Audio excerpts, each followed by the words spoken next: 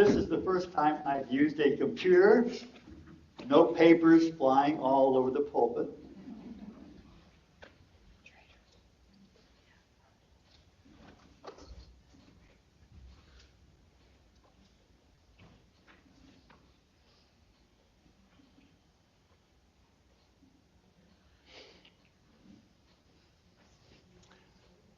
Thank you for that beautiful anthem. It fits my story perfectly. I'm going to tell you a story about a mother and a child. And above all else, it's a story about the power of love.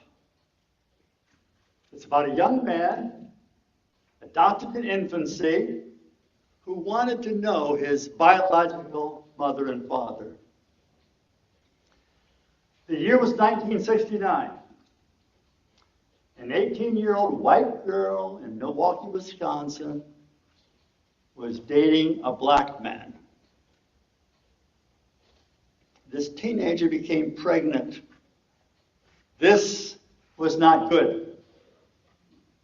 Her parents were German Lutherans, and an out-of-wedlock pregnancy, and especially to a black man, was unacceptable. The baby was born in March of 1970, 56 years ago. He had to be put up for adoption. For the girl and her parents, this was the only choice. The new mother asked the social worker who would adopt her child. She was concerned about what kind of a home would he be placed in. Would he be placed with a black family? Would he be placed with a white family? The social worker assured her he would be placed in a good home. 6 weeks later, my wife Judy and I adopted this baby, and we named him Eric. Eric became the youngest of our 5 children. We had one other adopted child. His name is Mike, and he's a Native American Sioux Indian. We had always encouraged our boys to find their roots. In his early 20s, Eric began to search for his parents, but very limited success. And so at age 26, he hired a professional searcher. Eric's mother was finally located. She lived, Carol was her name, she lived in Milwaukee. Now, years after Eric was born, Carol had married a much older man, and his name is Jim. Jim was divorced, father of 4 children, and he was 19 years older than Carol.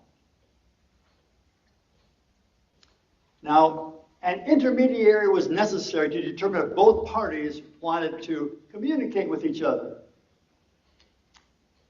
Mary, a social worker, was asked to be the intermediary. The social worker telephoned Eric's grandmother, since Carol's phone number was inaccurate. The grandparents hung up on her. Mary then went to Carol and Jim's home, but they did not want to talk to her. They shut the door on her. The social worker made no further contacts for fear that it would be considered harassment. The searcher phoned Eric, who now lived in Pittsburgh, and shared with him the results of the attempted contact. Eric told me he walked to the local park.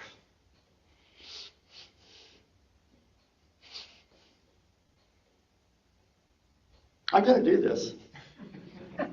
Fell on the ground and cried till he could cry no longer. This was a second rejection. This deeply troubled me because I suspected Carol was not the one deciding if she could have contact with her son. I was living in Butler, Pennsylvania. A few years later, in the year 2000, I decided to go to Milwaukee. I wanted to ask Carol in person if this was truly her decision. This was her only child. And something told me she really wanted to see her son. Now, others who were not supportive of my making such a trip, some thought I should respect her privacy. But I felt like I knew her because I knew Eric. And I could not see him emotionally blocking out such a life-changing event. I wrote a letter about Eric and addressed it to Carol. I had hoped to deliver it in person. I told her Eric had a lead in the high school play. I said he played the trumpet in the marching band.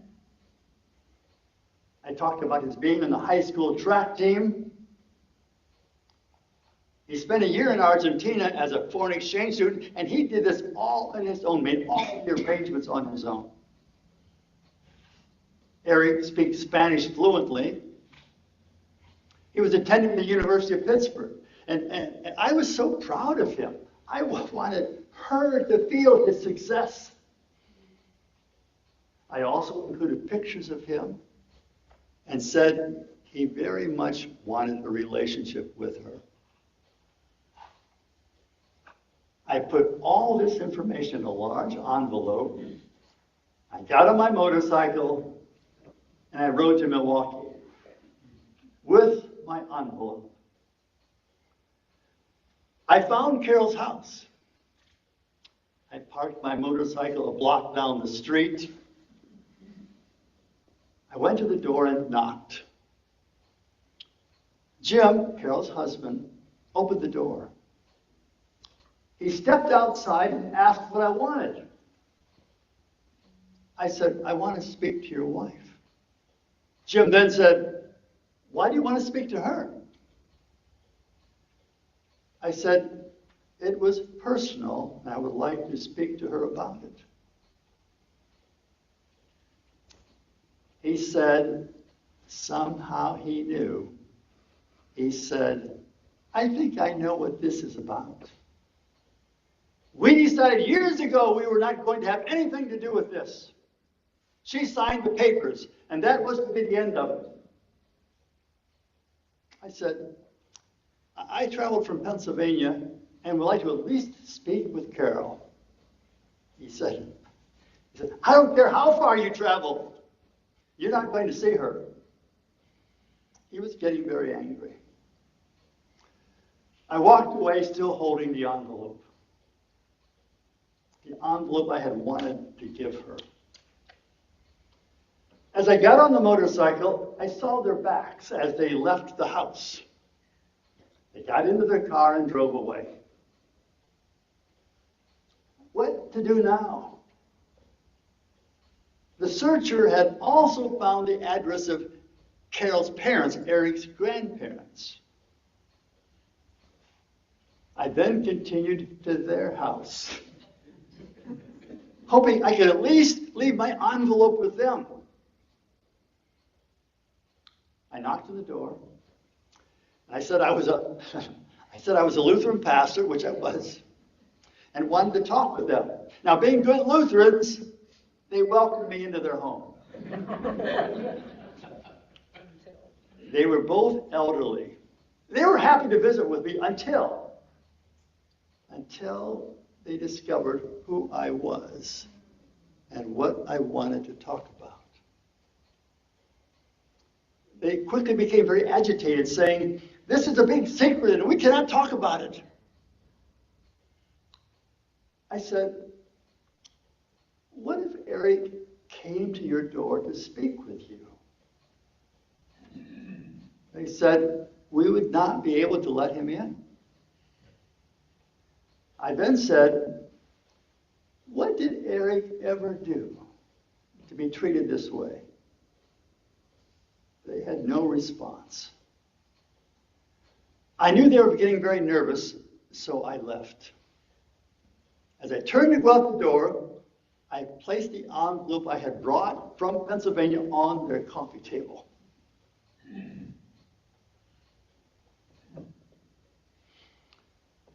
I continued to believe Carol was not the one who made the decision not to see her child. On Eric's birthday, I would think about her. Imagine what's going through her mind about her son. I didn't know what more I could do. I thought my only chance was to speak with her when her husband passed away, and then and only then might I get an honest response from her. If she said to me, "I don't want to see Eric," then I would respect her wishes and drop it. Years later, I watched the movie Philomena. Have anyone seen that movie, Philomena? I also read the book Orphan Train.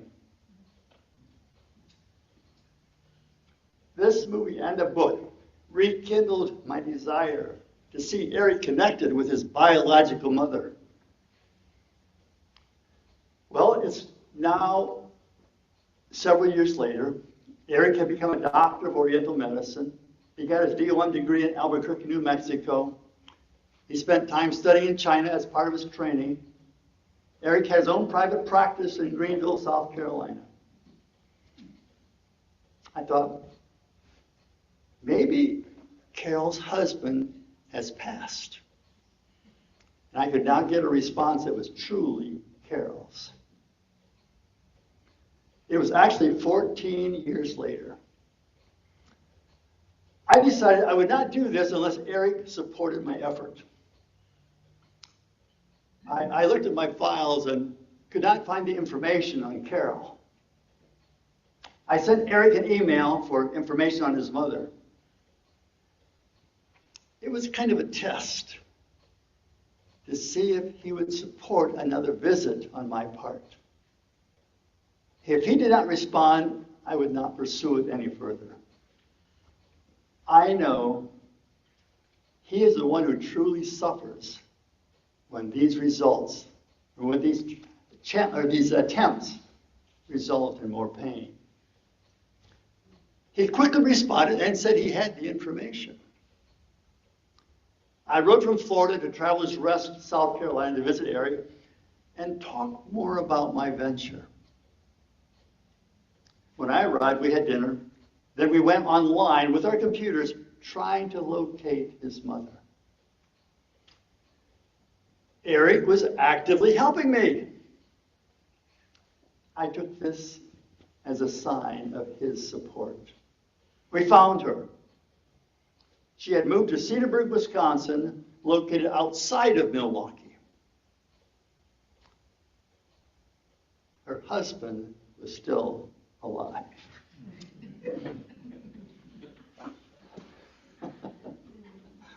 You should be wishing things like that, really. I said goodbye to Eric and got on my motorcycle and headed for Milwaukee. While riding the bike toward Chicago, I thought, what else can I do? I knew Carol and her family were Lutheran. Perhaps she belonged to a Lutheran church in Cedarburg. And maybe her pastor would go with me as support, and this might improve my chances of getting in the door. I arrived in Cedarburg on Friday morning, October the 13th. I went to 4 different Lutheran churches in town, and I told my story. None of the pastors volunteered to go with me to visit Carol and Jim. They knew I was from Florida, knew I was in a strange town, but not one volunteered to go with me. We're Christians. We're really great people, Now it's now about noon, and I went to a local McDonald's. But my stomach was in no condition for food. I sat there thinking, what could I possibly do? How will I avoid another painful failure? I could not come up with anything other than just go to the apartment and knock on the door. I knew Eric was waiting to hear from me. I arrived at the upscale retirement apartment complex. I soon realized it was a secure building. I went inside the entryway.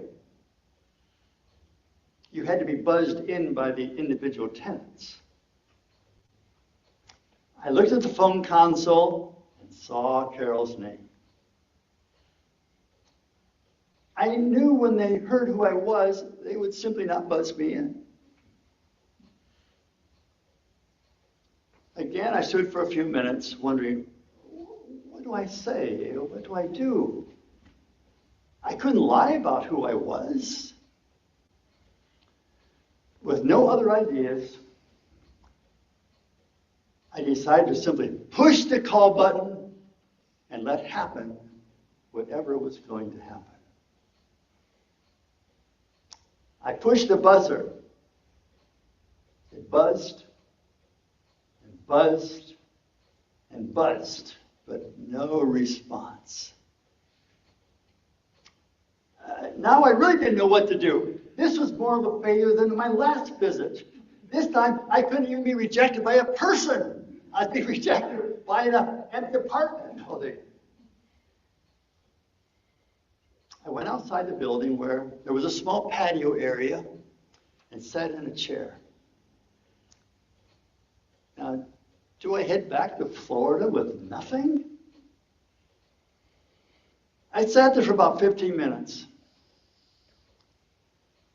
I then saw an elderly woman, probably in her 80s, being led out of a car at the curb. As she walked up the sidewalk, I said, "Hello." I then said, "May I ask you something?" She said, "Why, yes." I asked her if she knew Carol. She said she did.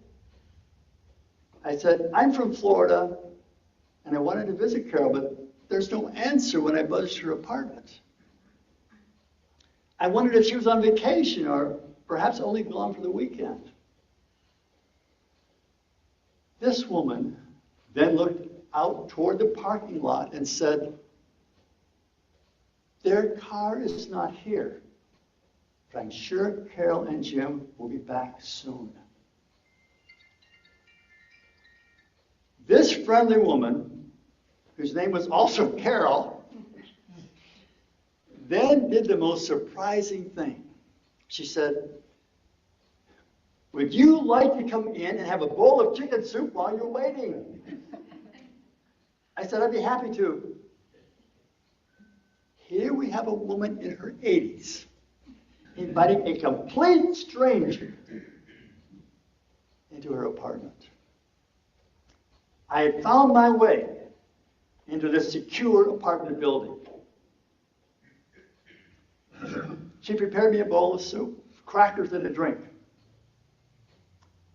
I started feeling very guilty for being led into this building without telling her the real reason for my visit. I slowly began telling Carol why I was there. It was not easy, and I didn't know quite how to do this. I felt I was violating very personal confidences. But I finally struggled to say, Carol is the mother of my adopted son. I told her the whole story about Eric and my previous visit when Carol lived in Milwaukee. This Carol said, "Yes, back then it would have been very difficult to have a biracial child." She listened attentively, sharing stories about her own family. We were having a friendly visit for at least half an hour. I then asked if she would check and see if Carol and Jim were back. She went to the window, looked out over the parking lot, and returned, saying, "They are now home." She said,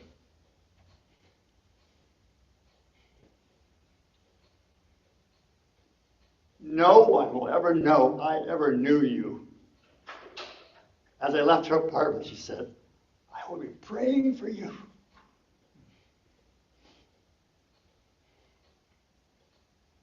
I went down to Carol and Jim's floor and stood in front of their door. I didn't know what I was going to say, but I knew my time would be short, and I knocked on the door. Carol opened the door, probably suspecting I was a neighbor since she had not buzzed anybody in. My first words to her were, "Eric desperately wants to know you." She fell back from the side of the door as if she'd been hit with something, put her hands over her face. I knew my time at the door would be brief, so I quickly added a second statement, trying to make as much of an impact as I possibly could. I said, "Don't you think Eric has a right to know who his father is?" I thought, she doesn't want any part of Eric's life. Maybe his father does. She's the only one who knows who his father is. She fell back again, as if I had hit her again, like with an arrow or something. Hands over her face. Now, her husband, Jim, comes rushing from the living room to the front door. He was angry.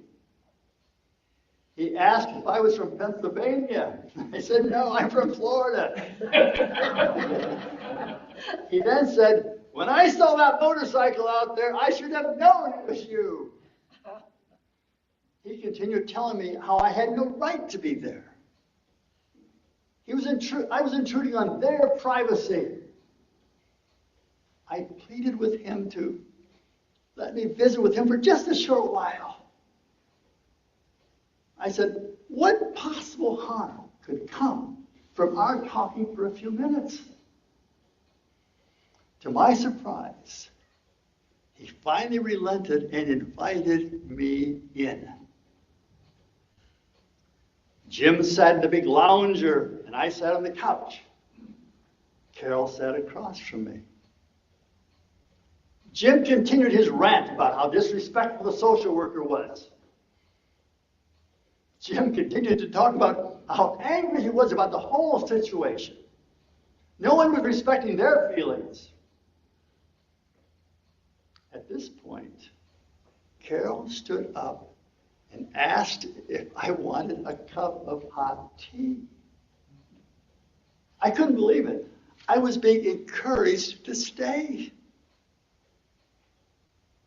For some reason, Carol wanted me to feel welcomed into her apartment. I said, "Yes, I would like a cup of hot tea." Jim continued with his anger about everything while Carol prepared the tea. She got a TV tray that was beside Jim's big lounger and brought it over to where I was sitting. She put the tea and cookies next to me, still not saying a word. I listened, making very few comments while Jim talked on and on and on. He said, "The neighbors are very gossipy here, and would make it difficult for them if they knew Carol had a child." I asked him why he was doing all the talking and not letting Carol speak. He said, "People say I am controlling, and maybe I am, but Carol cannot stand up for herself. She needs to be protected. Someone needs to shield her from the pain that knowing her son might cause." I then turned to Carol and asked, "If Eric would write you a letter, would you respond?" She did not answer, but turned and looked to her husband. I knew then that even if I talked to Carol all afternoon, the one who had to give her permission was Jim. In my view, Jim was her substitute father who years ago had rescued her from her damaged existence. Jim was in charge of her life. He had been divorced with 4 children. Carol had wanted to have a family, but Jim did not want any more kids. So Carol sacrificed having a family of her own to be married to Jim. This is what I wanted to say, but I did not. I wanted to say this. Jim, you have 4 children you can interact with anytime you want. I have 5 children I can see anytime I want. Carol has 1 child, and she's not allowed any contact with her son. How fair is that? But I did not say this. It would not have helped. Jim went on and on about the struggles in his life. I sat and listened. I felt fortunate to still be in the apartment, so I was more than willing to listen. He finally said, "You are not like those other social workers." He said, "Carol was the best thing that ever happened to him." He said, "We never argue." Well, I'm not sure how they could, because he told so. At this point, Carol still had not said a word other than asking me if I wanted tea. I had taken a video of Eric's home, their beautiful backyard and swimming pool, when I stopped on my way up. I turned to Carol and asked if I could show her the video of Eric's home. Now get this. Jim looked at Carol and said, "He's going to show you some pieces of silver, and then you will want the gold." Jim believed I would seduce her by showing some things about Eric. Jim talked about adopted kids finding their parents and suing them. He had fears of Eric coming back into their lives and perhaps seeking money and other ways of disrupting their lives. I told him how successful Eric was, that he need not fear Eric take anything from them. I said, Eric could play an instrumental role in caring for Carol in her later years. I suspected Jim was jealous and feared Eric might interfere with their relationship. I then began to share more about myself. I told Jim about some of my struggles in life. I told him about many not so pleasant experiences I had gone through. Jim slowly began to see me as not this perfect preacher with this wonderful family he had envisioned. He finally began to see me more like him. Jim gradually began to feel less threatened by me and by Eric. His attitude toward me was slowly improving. Now, my attitude toward him was also slowly improving. I began to see more of his good qualities. I tried to put myself in his generation with the attitudes he grew up with. Jim spoke well of other races and the good relationships he has with black people. There seemed to be a real turning point in our visit when I said to Jim, I can tell from what you have told me, you have a good heart. Look how easily you're talking with me.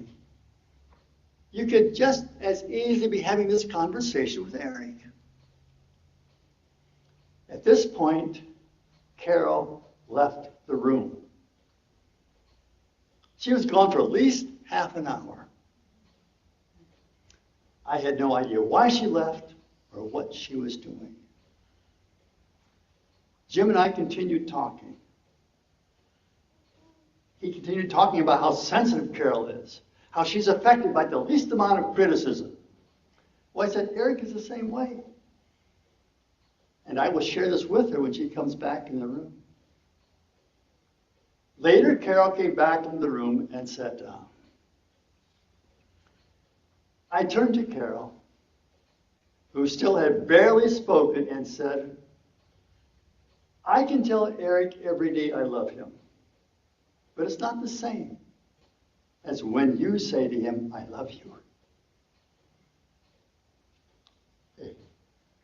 Hey, Eric wants to know you are not ashamed of him. He wants to know that he is not flawed in some way that makes you not want to communicate with him. She looked at me and said what literally blew me away. She said, I think of him every day, and especially on his birthday, March 24th. She went on to say, I fight continually not to reopen his letters and reread them. Eric had sent her 2 letters years ago when he found out where she lived, but she had never responded. This was all she had of her son, the only physical object she could touch. I could not believe what I was hearing. My belief about her was confirmed. She did care and cared deeply about Eric. She may have been in the other room, trying to gain the strength to say these words. I told her how sensitive Eric is. As a child, he never needed to be reprimanded more than once.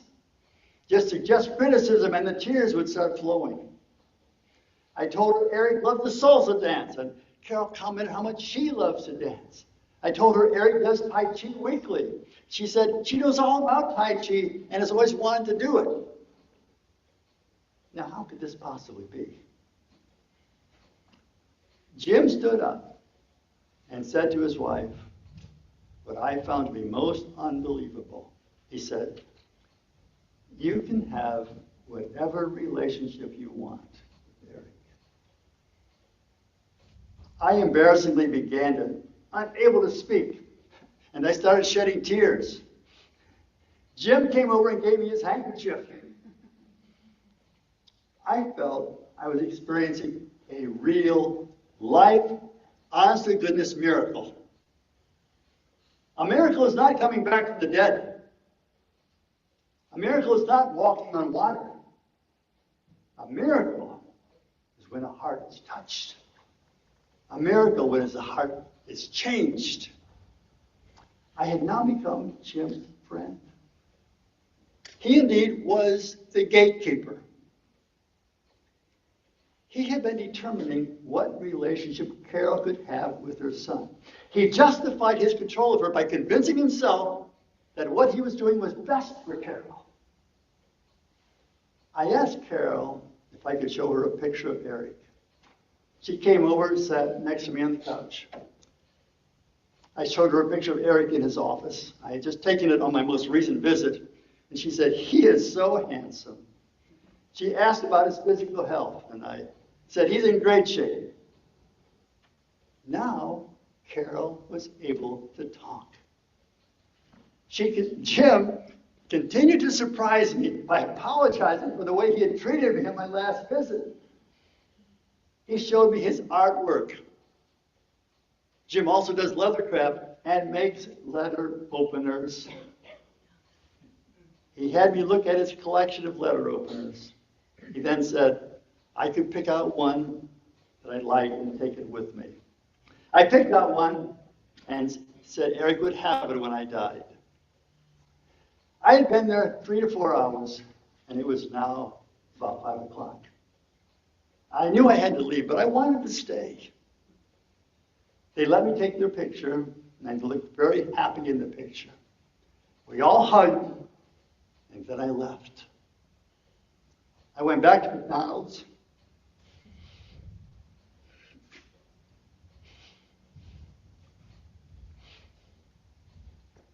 I called Eric and told him about the visit. Eric now had tears of joy, rather than tears of sorrow. I knew Carol and Eric could now begin to heal. 2 days later, I wrote Carol and Jim a letter thanking them for letting me visit with them. And I said, hopefully, maybe someday we will meet again. Eric was excited, but also unsure. How are you going to get to know someone after 44 years? The relationship will slowly evolve. These situations do not always turn out as we want them to, but knowing Carol and Eric, I was hopeful for the best. Letters have been opened and phone calls made. So what does all this mean? It's so easy to fall into the trap of rationalizing that what we are doing for someone else is for their benefit, but in reality, I am doing what benefits me. Jim said he was protecting Carol. Was he? And what price do we pay for secrets? Can you imagine what it was like all those years in that white community wondering, when will Fritz or when will Eric show up at the door? Most importantly, what this story tells me is that there's an unbelievable bond that's created between mother and child during those 9 months, and it never goes away. I rode the interstate from Milwaukee toward Chicago. It was cold and rainy. The heavy bike was loaded down with camping gear. But I felt as though I were on a cloud. I thought, if I get hit by a truck, that's okay. No other goal have I lived with for so long. And then after accomplishing it, experienced an exhilaration so great. I now had a picture of Carol and a letter opener to share with Eric. Carol and Jim drove to North Carolina and visited Eric and his partner, John. Eric and I discussed the meeting, that the meeting with Jim might be difficult because of all the resistance he had put up all those years. But when Carol and Jim arrived at Eric's home, Jim gave Eric a big bear hug. Eric said, at that very moment, all the fear, anxiety, and apprehension totally disappeared. Carol and Eric speak regularly on the phone. And now the Divine Spirit in me blesses you. And I ask the Divine Spirit in you, bless me. Namaste.